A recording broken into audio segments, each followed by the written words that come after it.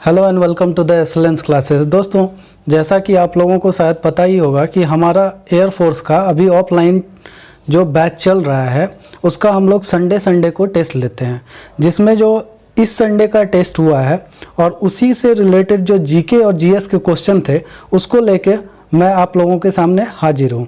तो देखिए, जो हमारा पहला प्रश्न आया था वो क्या था, निम्न में से कौन सा मस्तिष्क का भाग नहीं है।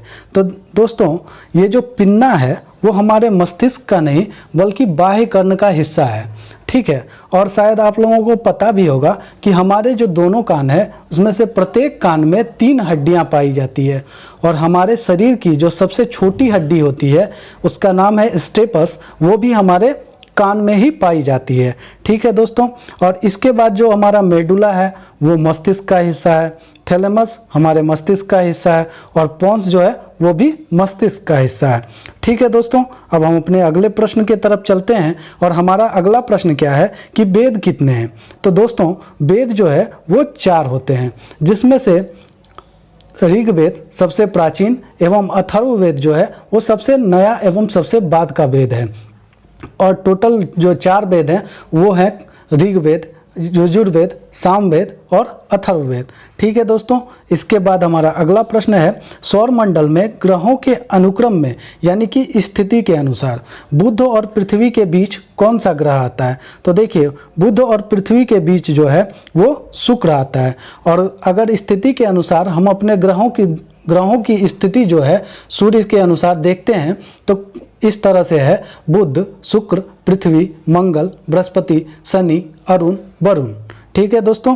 अब इसके बाद हमारा अगला प्रश्न क्या है कि प्रवासी भारतीय दिवस कब मनाया जाता है। तो देखिए, प्रवासी भारतीय दिवस जो है वो 9 जनवरी को मनाया जाता है। और ये किस लिए मनाया जाता है, क्योंकि इसी दिन यानी कि 9 जनवरी 1915 को जो गांधी जी हैं वो दक्षिण अफ्रीका से भारत वापस आए थे, ठीक है दोस्तों।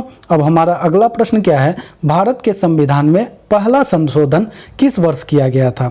तो देखिए, भारत के संविधान में पहला संशोधन जो है वो 1951 में किया गया था।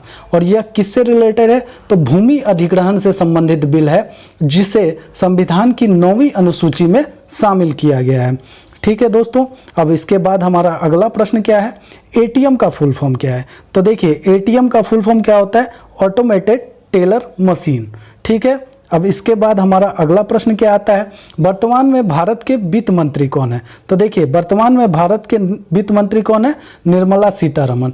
इसके साथ ही साथ इससे रिलेटेड एक और क्वेश्चन इस तरह से पूछा जाता है कि कौन सी ऐसी पहली महिला वित्त मंत्री है जिन्होंने अपना कार्यकाल पूरा किया था, तो वो भी निर्मला सीतारमण जी हैं।